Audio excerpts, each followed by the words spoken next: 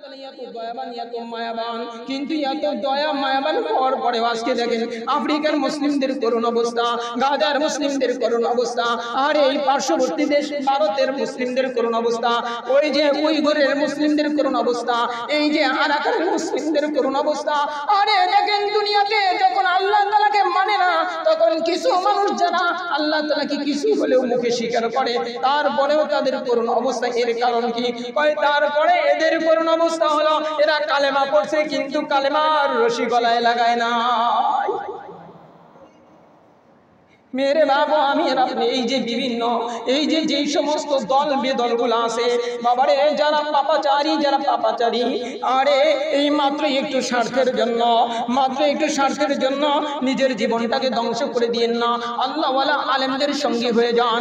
আমি বলি না আপনি ওই দল করেন, আমি বলি না ওই দল করিয়েন না, কিন্তু মনে রাখেন যারা এই যে পাপী, যারা পাপাচার করে, এদের সঙ্গী বাবারে হয়েন না।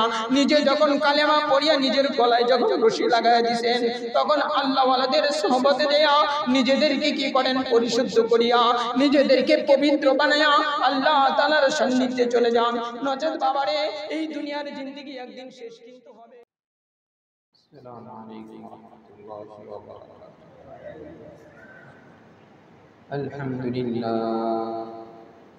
আলহামদুলিল্লাহি ওয়া কাফা ওয়া সালামুন আলা ইবাদিহিল্লাযীনা ইসতাফা। أما بعد فأعوذ بالله من الشيطان الرجيم. بسم الله الرحمن الرحيم. إن الله يأمر بالعدل والإحسان وإيتاء ذي القربى وينهى عن الفحشاء والمنكر والبغي يعظكم لعلكم تذكرون. صدق الله مولانا العظيم وصدق رسوله النبي الكريم، ونحن على ذلك لمن الشاهدين والشاكرين، والحمد لله رب العالمين.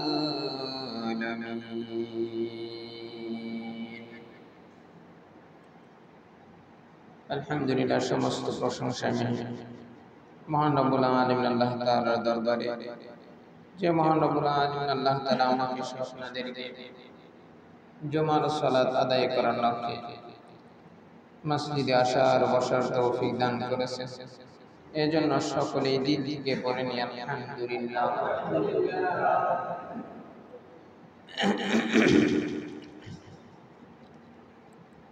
মুসলমানদের বড় ক্লান্তি কাল চলতেছে। আমরা তো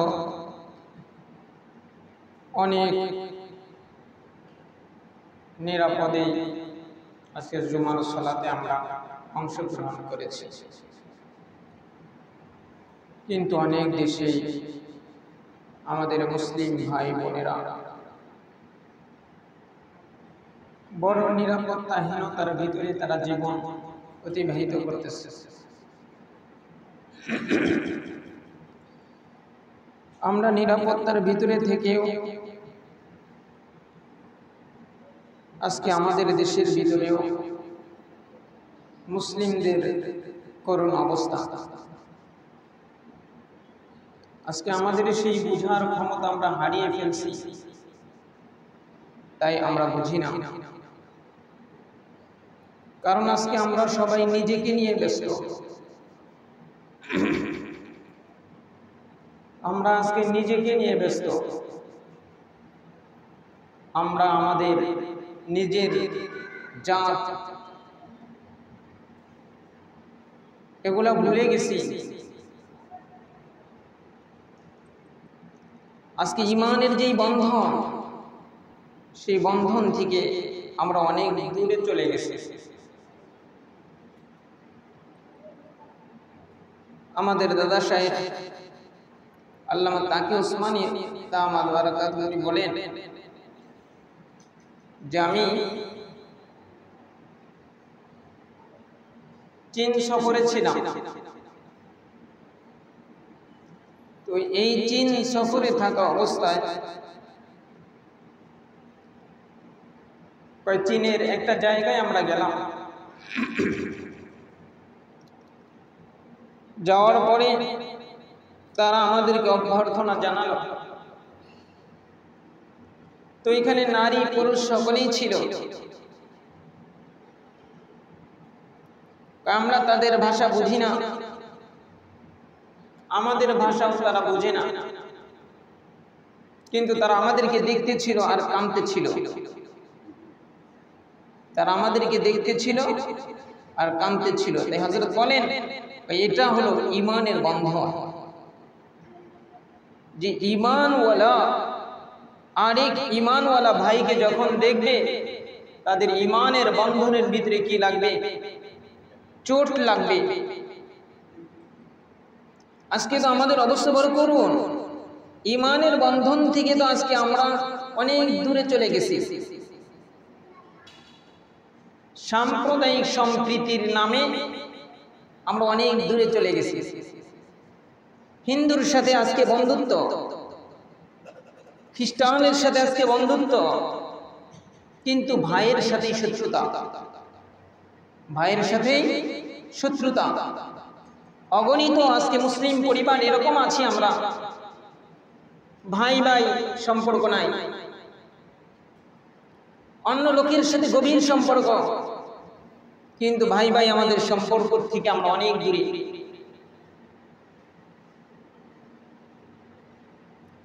মনে রাখিয়েন, আপনার হয়েছে ডায়াবেটিস, এখন যদি আপনাকে জ্বরের ট্যাবলেট দেয়, ডায়াবেটিস কি সারবে? আপনাকে যদি ক্যান্সারের ইনজেকশন দেয়, ডায়াবেটিস সারবে? তো আজকে আমাদের অবস্থা হয়েছে এরকম। আজকে এই যে সাম্প্রদায়িক সম্প্রীতির নামে আমাদেরকে বিভিন্ন ক্যান্সারের ট্যাবলেট খাওয়াচ্ছে ঠান্ডার জন্য, ঠান্ডা জ্বরের জন্য আমাদেরকে ক্যান্সারের ট্যাবলেট খাওয়ানো হচ্ছে, কিন্তু আমরা এগুলো বুঝি না। রব্বে কারিম আগেই বলে দিয়েছে যে তোমাদের সবচেয়ে বড় দুশমন যারা, তারা হলো দুইটা জাত। এক হলো মুশরিক, মুশরিকদের সবচেয়ে উপরের যে তারাই হলো হিন্দু সম্প্রদায়। দ্বিতীয় নাম্বার ইহুদি। আজকে আমরা তাদের সাথে আমাদের সম্পর্ক, কিন্তু আমরা আমাদের নিজেদের আত্মীয়তার বন্ধন ধ্বংস। এই কারণেই ঈমানের বন্ধন ছিঁড়ে গেছে। রাসূল করিম সাল্লাল্লাহু আলাইহি ওয়াসাল্লাম সাহাবায়ে কিরামদেরকে নিয়ে আরাফার দিনে বিকেল বেলায় এরকম বসা আছে। এমত অবস্থায় রাসূল করিম সাল্লাল্লাহু আলাইহি ওয়াসাল্লাম বললেন যে তোমাদের ভিতরে কে আত্মীয়তার বন্ধন ছিন্ন করেছে সে উঠে যাও। এক সাইড থেকে একজন সাহাবী উঠে চলে গেলেন। চলে যাওয়ার পর ফিরে আসলেন। রাসূল করিম সাল্লাল্লাহু আলাইহি ওয়াসাল্লাম তাকে বললেন যে তুমি আসছো? তখন বলি ইয়া রাসূলুল্লাহ আমি আসছি। কোথায় গিয়েছিলাম? আমি আমার খালার কাছে গিয়েছিলাম। আমি সম্পর্ক রাখতে চাই, কিন্তু আমার খালা আমার থেকে সম্পর্ক ছিন্ন করতে চায়। তাই আমি আমার খালার কাছে চলে গেলাম। খালা আমাকে বললেন যে তুমি তো এই সময় আসার কথা না, তুমি কেন আসলা? তখন ইয়া রাসূলুল্লাহ আপনার এই কথাটা আমি তাকে শোনায়ে দিলাম। তখন আমি তাকে এই কথাটা শোনায়ে দিলাম। তখন রাসূল করিম সাল্লাল্লাহু আলাইহি ওয়াসাল্লাম বলেছিলেন মনে রাখিও যেই বংশের ভিতরে আত্মীয়তা ছিন্নকারী একজন ব্যক্তি থাকে, আল্লাহ তাআলা তার বংশের অস্তিত্ব ধ্বংস করে দেয়। দেখেন আজকে আমি আর আপনি আমাদের অধিকাংশই যে বংশের কোনো কিন্তু আমাদের বংশের ধারাবাহিকতা কিন্তু নেই। কারণ আমাদের প্রত্যেকটা বংশের ভিতরে আত্মীয়তা ছিন্নকারী একজন দুইজন না, 50 জন যদি বংশের লোক থাকে তার কোনো 50 জনই বিভিন্নভাবে আত্মীয়তার বন্ধন ধ্বংস করে বসে আছে। এই কারণে আমাদের এই যে আমাদের বংশের গোড়া খুঁজে পাওয়া যায় না। ওই তাওর বাবা, তার বাবা, এই পর্যন্তই হয়তো বাঙালিরা আমরা বলতে পারি, তারপরে কিন্তু নাই। কারণ দুইটা, একটা হলো এই বংশের ভিতরে যখন আত্মীয়তার বন্ধন ছিন্ন হয়ে যায় তখন ওই বংশের বরকত আল্লাহ তাআলা ধ্বংস করে দেয়। দ্বিতীয় নাম্বার, এই এদের ভিতরে যখন কি হয় জেনার সয়লাভ হয়, আল্লাহ তাআলা তার বংশটাকে ধ্বংস করে দেয়। এ কারণেই আমরা এই যে মুষ্টিময় কিছু মানুষ কি আমরা মিলে মিয়া বংশ, ব্যাপারী বংশ, তালুকদার বংশ, কিন্তু এই তালুকদার আর ওই যে টাঙ্গাইলের অন্য প্রান্তের আর এক তালুকদার, এদের কি নাই বংশের কোনো এদের সাথে বন্ধন নাই। অর্থাৎ এদের বংশে আল্লাহ তাআলা ধ্বংস করে দিয়েছে, কারণ এদের থেকে আত্মীয়তার বন্ধন ধ্বংস হয়ে গেছে, যার কারণে এদের অবস্থা করুন। এই কারণেই এই যে ইমানের বন্ধন কি জিনিস এটা আমরা বুঝি না। ইমানের বন্ধন কি জিনিস এটা আমরা বুঝি না। এখন আমরা বিচ্ছিন্ন হয়ে ঘোরাফেরা করতেছি, যে যেমনে দড়ি লাগাইতে পারে, যার কারণে আজকে তো বাবা বোঝাই একেবারেই সহজ যে ধর্মীয় একটা কথা, ধর্মের একটা সহি কথা আপনাকে যদি বলা হয়, আপনার দেখবেন যে আমাকে যদি বলা হয়, আমি যদি সেই বিধান থেকে দূরে থাকি, বিভিন্ন কথা বলতে থাকবো, সেইখান থেকে বের হওয়ার জন্য বিভিন্ন কথা বলতে থাকবো। কিন্তু মনে রাখিয়েন, আজকে আমাদের বোঝাই একেবারে সহজ। আপনি একটা দল করেন, আপনার দলের বিরুদ্ধে একটা কথা বলে দেখেন, দল যে ভুল করে এটা বলে দেখেন যে আপনার অবস্থা কি হয়। কারণ ওই যে দলে, কারণ ইমানের বন্ধন তো নাই, ইমানের যে রশি সেটা তো গলায় নাই, যার কারণে যে যেমনে রশি লাগাইতে পারে। আজকে এ দল আমার গলায় রশি লাগিয়েছে, যার কারণে ওই দলের যদি ওই দল যে ভুল করতেছে এই ভুলটাও যদি এক ভাই বলে দেয়, তাহলে তার সাথে আমরা কি করি, দ্বন্দ্বে লিপ্ত হয়ে যায়। কারণ আমাদের গলার থেকে আমরা ইমানের যে রশি সেটা খুলে ফেলে দিয়েছি। মনে রাখিয়েন বাবারে, এই যে আমরা জুমার সালাত পড়লেই মুসলমান হওয়া যায় না, মদিনায় ইসলাম আগে যায় নাই, সহি ইতিহাস হলো আফ্রিকায় ইসলাম আগে গেছে, কেউ উলামায়ে কিরাম তো কেউ গবেষণালব্ধ জ্ঞান এটাও বলে যে মদিনার আগে এই ভারতবর্ষে ইসলাম আসছে। কিন্তু সেই আফ্রিকার সুদানের কথা আজকে একটু খেয়াল করে দেখেন, সুদানের কত করুণ অবস্থা,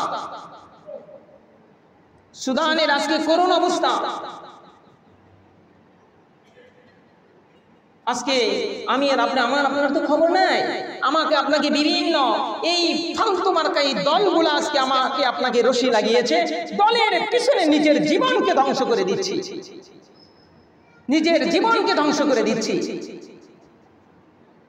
কিন্তু ইসলামের রশি যদি আমার লাগানো থাকতো, তাহলে এই যে দলের যখন করুণ অবস্থা হয় তখন তার দিলটা ভেঙে যায়। ইসলামের যে করুণ অবস্থা, তার জন্য দিল একটু কাঁদে না। আফ্রিকার সুদান, এদেরকে তো বড় কঠিন নির্যাতন নিপীড়ন করতেছে। আজকে গাজার মুসলিমদের কথা তো আমরা সবাই বলি, কিন্তু সুদানের মুসলিমের কথা আমরা কয়জন বলি? কারণ তারা তো কালো মানুষ। ইমানের রশি যদি লাগানো থাকতো, তাহলে সে তো কালো হলে কি হবে, সে তো মুসলিম, সে তো মুমিন, আঘাত লাগতো। ইমানের রশি গলার থেকে ফেলে দিয়েছি, যার কারণে পাশের একটা হিন্দু কষ্ট পেলে আঘাত লাগে, মেরে বাবা। দেখেন, আপনি ইতিহাস দেখেন যে ইসলামের সর্বপ্রথম যে শহীদ হয়েছে হযরত সুমাইয়া রাদিয়াল্লাহু তাআলা। সুমাইয়া রাদিয়াল্লাহু তাআলা একজন আফ্রিকান মুসলিম ছিলেন।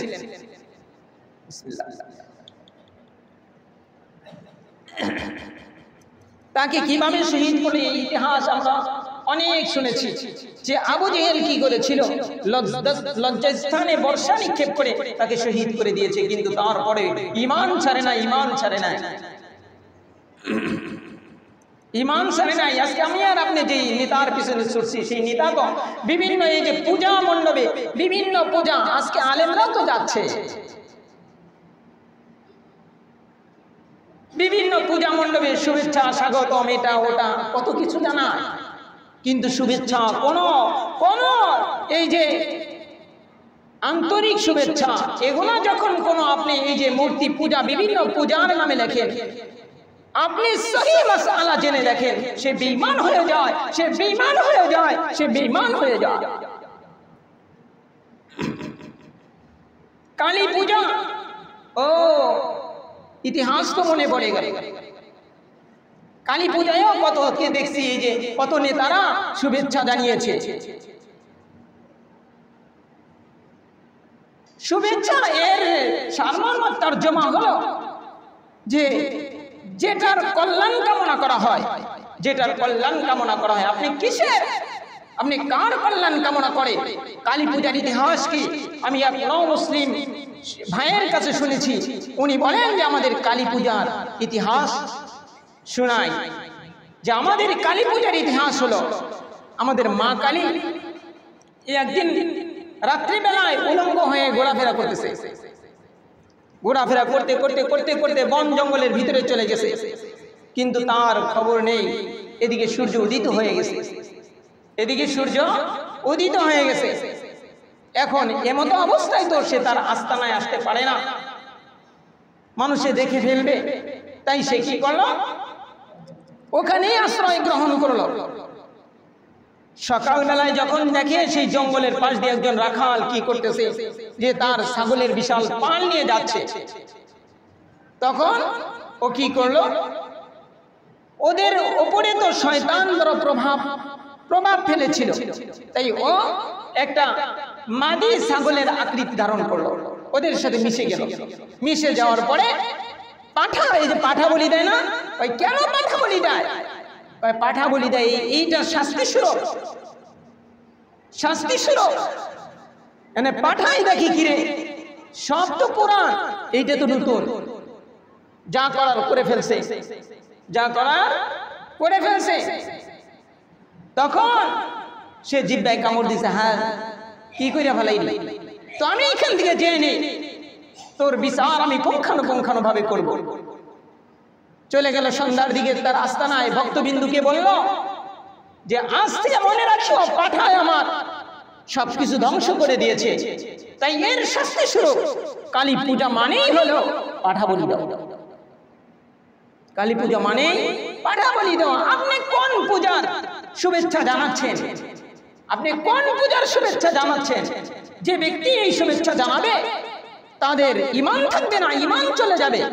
আজকে তো মুসলিম তারা এই ঈমানের রশি গলার থেকে ছিটকে ফেলে দিয়েছে, যার কারণে আজকে এই অশ্লীলতা, এই সমস্ত পূজা ইতিহাস জানে না।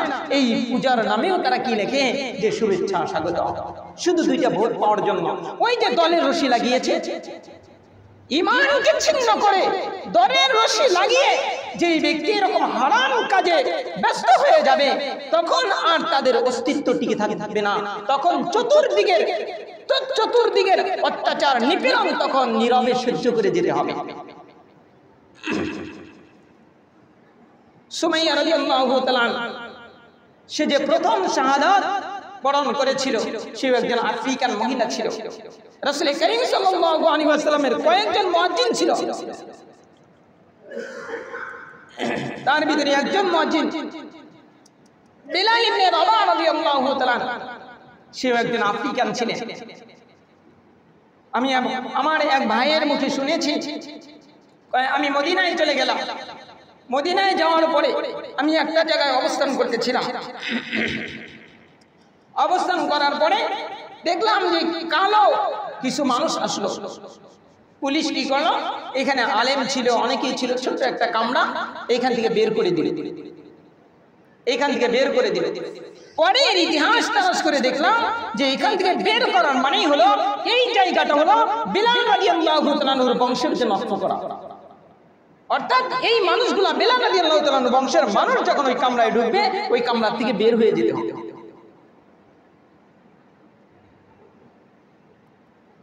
সমস্ত রাজা বাদশাদের ভিতরে সর্বপ্রথম যেই বাদশা কি করেছিল, ইসলাম ধর্ম গ্রহণ করেছিল, বাদশা নাজ্জাশী, এর একজন আফ্রিকান ছিল। রাসূল করিম সাল্লাল্লাহু আলাইহি ওয়াসাল্লাম যে দাই ছিল, ধাত্রী ছিল উম্মে আইমান, সেও কি ছিল, সেও আফ্রিকান ছিল। এই যে মুসলিমদের অগ্রবাহিনী ছিল আফ্রিকা, কিন্তু তারপরেও সেই আফ্রিকান মুসলিমদের কত করুণ অবস্থা। মনে রাখিয়েন, হাত কেটে ফেলায় দিলেও শরীর চলে, মাথা যদি কেটে ফেলায় দেওয়া হয় তাহলে আর শরীর চলে না। এই আফ্রিকান এই মুসলিম ভাইরা আজকে যদি আমাদের ইমানের রশি গলায় লাগানো থাকতো তাহলে আমরা বুঝতাম আজকে তাদের করুণ অবস্থা। তাদের নারীদেরকে এরকম ভাবে পিঠ মোড়া করে বেঁধে রাস্তা গাছে গাছে ঝুলিয়ে রাখছে, তাও এই আরব কোন এক রাষ্ট্রের সহযোগিতায়। আজকে মুসলিম, আজকে আমরা আমাদের নিজেদের অস্তিত্বকে ধ্বংস করে ফেলে দিয়েছি। প্রথম যে নবী দাবি করেছিল মুসাইলামা, এই মুসাইলামাকে হত্যা করেছিল যেই ব্যক্তি, সেও একজন আফ্রিকান। ওয়াহশী রাদিয়াল্লাহু তাআলা, এই ওয়াহশী রাদিয়াল্লাহু তাআলা রাসূল করিম সাল্লাল্লাহু আলাইহি ওয়াসাল্লামের চাচা হামজা রাদিয়াল্লাহু তাআলাকে হত্যা করেছিলেন উহুদের যুদ্ধে। হামজা রাদিয়াল্লাহু তাআলাকে হত্যা করে কিন্তু হয় নাই, কলিজা বের করে চাবিয়ে খেয়েছিল। সেই ওয়াহশী মুসলমান হয়েছে। মেরে বাপ, আল্লাহ তাআলা কত দয়াবান, যে রাসূল করিম সাল্লাল্লাহু আলাইহি ওয়াসাল্লামের চাচা আবু তালেব রাসূল করিম সাল্লাল্লাহু আলাইহি ওয়াসাল্লাম একটা মজলিসে বসা। সেই মজলিসে হযরত উসমান ইবনে মাযউন রাদিয়াল্লাহু তাআলা বসা। উসমান ইবনে মাযউন বলে যে আমি রাসূল সাল্লাল্লাহু আলাইহি ওয়াসাল্লামের সাথে বন্ধুত্ব ছিল বিদায় আমি ইসলাম ধর্ম গ্রহণ করছি, কিন্তু ইসলামের কোনো বিধান আমার দিলে বসে নাই, যেরকম ভাবে আমাদের বসে নাই। উসমান ইবনে মাযউন বলেন যে বসা অবস্থায় একটা আয়াতে কারিমা নাযিল হলো।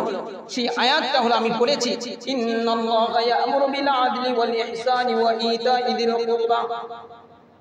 যে আয়াতে কারিমা আমরা খুতবার শেষে কিন্তু পড়ি, কিন্তু এই আয়াতে কারিমার ভিতরে গভীর রহস্য লুকাই আছে। এই আয়াতটা যখন নাযিল হলো, রাসূল করিম সাল্লাল্লাহু আলাইহি ওয়াসাল্লাম, উসমান ইবনে মাযউন বলে, রাসূল সাল্লাল্লাহু আলাইহি ওয়াসাল্লাম মুখটা এরকম করে ঘুরায় নিল। রাসূল সাল্লাল্লাহু আলাইহি ওয়াসাল্লামের পুরো শরীরটা বিমর্ষ হয়ে গেল। এমত অবস্থায় কিছুক্ষণ পরে এই মুখটা আমাদের দিকে ঘুরানোর পরে এই আয়াতে কারিমা যখন তিলাওয়াত করলো, ইসলামটা মনে হয় আমার কলিজার ভিতরে একেবারে খোদাই করে গেঁথে গেল। ওই মজলিস থেকে আমি দৌড়াইয়া রাসূল সাল্লাল্লাহু আলাইহি ওয়াসাল্লামের চাচা আবু তালেবের কাছে চলে গেলাম যে আবু তালেব, তোমার ভাতিজার মজলিসে আমি বসা ছিলাম। ইসলাম আমার দিলে ততটা ছিল না, কিন্তু মুহাম্মাদের সাথে আমার বন্ধুত্ব ছিল, যেই কারণে আমি ইসলাম ধর্ম গ্রহণ করেছি। যেরকম ভাবে বাবা মুসলমান, আমি মুসলমান হয়েছি, কিন্তু মুসলমান কাকে বলে আমি আর আপনি বাবা ওরকম জানি না।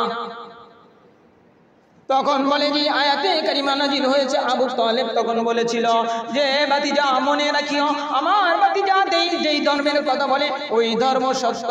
এই কথাটা যখন উসমান ইবনে মাযউন রাসূল সাল্লাল্লাহু আলাইহি ওয়াসাল্লামকে বলল, রাসূল সাল্লাল্লাহু আলাইহি ওয়াসাল্লাম দৌড়ায়া চাচার কাছে চলে গেছে। চাচাকে মনে করছে যে আমার চাচা মুসলমান হবে, কিন্তু চাচাকে যখন ধর্মের কথা বলল তখন চাচা ইসলাম কবুল করলো না। কেউ তো বলে এর প্রেক্ষাপটেই তো ওই আয়াতটা নাযিল হয়েছিল, ইন্নাকা লা তাহদি মান আহবাবতা ওয়ালাকিন্নাল্লাহা লা ইয়াহদি। হে নবী, তুমি যাকে পছন্দ করো তাকেই তুমি হিদায়াত দিতে পারবে না, আমি রব যাকে পছন্দ করি তাকেই হিদায়াত দিব। আরে আবু তালেব কোন ব্যক্তি ছিল? আবু তালেবের অনেকগুলো সন্তান ছিল। আলী রাদিয়াল্লাহু তাআলা আবু তালেবের সন্তান ছিল। আলী রাদিয়াল্লাহু তাআলাকে রাসূল সাল্লাল্লাহু আলাইহি ওয়াসাল্লাম পালতেন। একদিন একদিন কাবার চত্বরে রাসূল সাল্লাল্লাহু আলাইহি ওয়াসাল্লাম আলী দাঁড়ায় দাঁড়ায় নামাজ পড়ে। ওই দিক দিয়ে আবু তালেব যায় তার আরেকটা সন্তান জাফর রাদিয়াল্লাহু তাআলা আনহুকে সাথে নিয়ে। এই অবস্থা যখন দেখছে আমার ভাতিজা আমার সন্তান আলীকে নিয়ে নামাজে দাঁড়ায় গেছে, আবু তালেব কি করছে, তার সাথে সন্তান ওই যে জাফর রাদিয়াল্লাহু তাআলা আনহুকে বলে, যাও তোমার ওই যে ভাইয়ের সাথে দাঁড়ায় দাঁড়ায় নামাজ পড়ো। এরকম ছিল আবু তালেব ইসলাম গ্রহণ করতে পারে নাই, কিন্তু ওয়াহশী রাসূল সাল্লাল্লাহু আলাইহি ওয়াসাল্লামের চাচার কলিজা চিবায়া খাইছে। সেই ওয়াহশী কিভাবে ইসলাম ধর্ম গ্রহণ করে, ইসলাম ধর্ম গ্রহণ করার প্রেক্ষাপটে ওয়াহশীর প্রেক্ষাপটে আল্লাহ তাআলা চারটা আয়াত নাযিল করেছে। ওয়াহশী রাদিয়াল্লাহু তাআলা কি করলেন, রাসূল সাল্লাল্লাহু আলাইহি ওয়াসাল্লামের কাছে চিঠি লিখলো, ইয়া রাসূলুল্লাহ ইয়া হাবিবাল্লাহ, ওই আয়াতটা তো আমাকে বাধা দেয়, ওই আয়াতের কারণে আমি ইসলাম ধর্ম গ্রহণ করতে পারি না। কয় কোন আয়াত? তখন এই আয়াতটা চিঠির মধ্যে লিখে পাঠাইছে, ওয়াল্লাযীনা লা ইয়াদউনা মা'আল্লাহি ইলাহান আখার। ওই আয়াতের ভিতরে তিনটা কথা আল্লাহ তাআলা বলছে। কয় যেই ব্যক্তি আল্লাহ তাআলার সাথে শরীক করে, 2 নাম্বার কেউ অন্যায়ভাবে হত্যা করে, 3 নাম্বার যেই ব্যক্তি জিনা করে ওই ব্যক্তি পাপী। কয় আমি তো এই তিনটাই করেছি, ইয়া রাসূলুল্লাহ আমি কেমনে ইসলাম ধর্ম গ্রহণ করি? তখন আল্লাহ তাআলা আয়াত নাযিল করলেন, ইল্লা মান তাবা ওয়া আমানা ওয়া আমিলা আমালান সালিহা। এই আয়াতটা লিখে ওয়াহশীর কাছে পাঠিয়ে দিল। ওয়াহশী আবার বলতেছে, ইয়া রাসূলুল্লাহ ইয়া হাবিবাল্লাহ, এই আয়াতে তো আল্লাহ বলছে যে ব্যক্তি তওবা করবে, দ্বিতীয় নাম্বার যে ঈমান আনবে, তৃতীয় নাম্বার যে ব্যক্তি নেক আমল করবে। কিন্তু ইয়া রাসূলুল্লাহ আমি তো ঈমান আনলাম, তওবাও করলাম, কিন্তু আমি কি নেক কাজ করতে পারবো কি পারবো না আমি তো জানি না। এই কথা বলার পরে রাসূল সাল্লাল্লাহু আলাইহি ওয়াসাল্লামের কাছে আবার আয়াত নাযিল হলো, ইন্নাল্লাহা লা ইয়াগফিরু আন ইউশরাকা বিহি ওয়া ইয়াগফিরু মা দুনা যালিকা লিমান ইয়াশা। ওই যেই ব্যক্তি আল্লাহ তাআলার সাথে শরীক করে না, আল্লাহ যাকে ইচ্ছা তাকে maaf করে দিতে পারে। ওয়াহশীর কাছে যখন এই আয়াতটা নিয়ে চিঠির মাধ্যমে আল্লাহ রাসূল সাল্লাল্লাহু আলাইহি ওয়াসাল্লাম পাঠিয়ে দিলেন। ওয়াহশী বলে, কই এই আয়াতেও তো আল্লাহ তাআলা শর্ত জুড়ে দিয়েছে। কই কি শর্ত? কই শর্ত আল্লাহ যাকে ইচ্ছা, আমি তো জানি না, আমি ওয়াহশী যেই পাপ করেছি এই পাপের বিনিময়ে কি আমার আল্লাহ তাআলা আমার প্রতি ইচ্ছা করবে নাকি?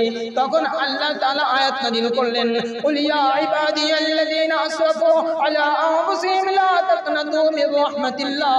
ও আমার নবী ওয়াহশীকে জানায় দাও যে এই বান্দা নিজের নফসের উপর জুলুম করেছে সে যেন নৈরাশ না হয়, বরং আল্লাহ সমস্ত গুনাহ maaf করে দেনেওয়ালা। मेरे बाबू আল্লাহ তাআলা এত দয়াবান এত মায়াবান, কিন্তু এত দয়া মায়াবান হওয়ার পরে আজকে দেখেন আফ্রিকার মুসলিমদের করুণ অবস্থা, গাজার মুসলিমদের করুণ অবস্থা, আর এই পার্শ্ববর্তী দেশ ভারতের মুসলিমদের করুণ অবস্থা, ওই যে উইঘুরের মুসলিমদের করুণ অবস্থা, এই যে আরাকানের মুসলিমদের করুণ অবস্থা। আরে দেখেন দুনিয়াতে যখন আল্লাহ তাআলাকে মানে না তখন কিছু মানুষ যারা আল্লাহ তাআলাকে কিছু হলেও মুখে স্বীকার করে তারপরেও তাদের করুণ অবস্থা। এর কারণ কি? তারপরে এদের করুণ অবস্থা হলো এরা কালেমা পড়ছে কিন্তু কালেমার রশি গলায় লাগায় না। मेरे बाबू আমি আর আপনি এই যে বিভিন্ন যেই সমস্ত দল বেদলগুলো আছে বাবারে, যারা পাপাচারী আরে এই মাত্র একটু স্বার্থের জন্য নিজের জীবনটাকে ধ্বংস করে দিয়েন না। আল্লাহওয়ালা আলেমদের সঙ্গী হয়ে যান। আমি বলি না আপনি ওই দল করেন, আমি বলি না ওই দল করিয়েন না, কিন্তু মনে রাখেন যারা এই যে পাপী যারা পাপাচার করে এদের সঙ্গী বাবারে হয়েন না। নিজে যখন কালেমা পড়িয়া নিজের গলায় যখন রশি লাগায় দিয়েছেন তখন আল্লাহওয়ালাদের সোহবতে দেয়া নিজেদেরকে কি করেন পরিশুদ্ধ করিয়া নিজেদেরকে পবিত্র বানায়া আল্লাহ তাআলার সান্নিধ্যে চলে যান। নচেত বাবারে এই দুনিয়ার জিন্দেগি একদিন শেষ কিন্তু হবেই। ওই যে দেখেন কয়েকদিন আগেই তো ঘটনাটা ঘটছে, একটা ছেলে বাড়িতে একটু অভিমান করিয়া ঢাকায় চলিয়া গেছে। ওই যে রেল লাইনের একটা বেরিং পেট খুলিয়া কি করছে তার উপরে যা পড়ছে, কিন্তু সেও কিন্তু জানে না আমি এখন মারা যাব। সে কিন্তু দুনিয়া থেকে বাবা চলে গেছে। তাই সদা সর্বদা নিজের মৃত্যুর কথা স্মরণ করিয়া গুনাহ মুক্ত জিন্দেগি বানায়া আল্লাহওয়ালাদের সোহবতে যাইয়া নিজেদের ঈমানের রশি গলায় লাগায়া নিজেকে পবিত্র বানায়া তারপর আল্লাহ তাআলার সামনে দাঁড়ায়েন। নচেত কিন্তু ওই যে আয়াতটা ভাবিয়েন, যে আয়াতে রব্বে কারীম বলেন ওয়াকিফুহুম ইন্নাহুম মাসউলুন, যখন মানুষগুলো আল্লাহ তাআলার সামনে দিয়ে যাবে, যাওয়া অবস্থায় কিছু মানুষকে রব্বে কারীম বলবো ওয়াকিফুহুম, এই দাঁড়া তোকে আমি জিজ্ঞাসা করব। বাবারে যদি আমি আর আপনি সেইখানে পড়িয়া যাই, উপায় কিন্তু নাই। একটু নিজে বসিয়া একটু ভাবিয়েন, যদি আল্লাহ তাআলা আমাকে বলে যে ও আব্দুল লতিফ ওয়াকিফুহুম, দাঁড়া তোকে আমি জিজ্ঞাসা করব, সেদিন কিন্তু উপায় থাকবে না। জিজ্ঞাসা কিন্তু বড় কঠিন ভাবে হবে যে তুই চোখের পলকগুলা কোথায় ফেলাইছিলি, হাতটা কোথায় তুই ব্যবহার করেছিলি, পাটা কোথায় ব্যবহার করেছিলি। বাবার এই একটা দিনের হিসাব কিন্তু আমি আর আপনি দিতে পারবো না।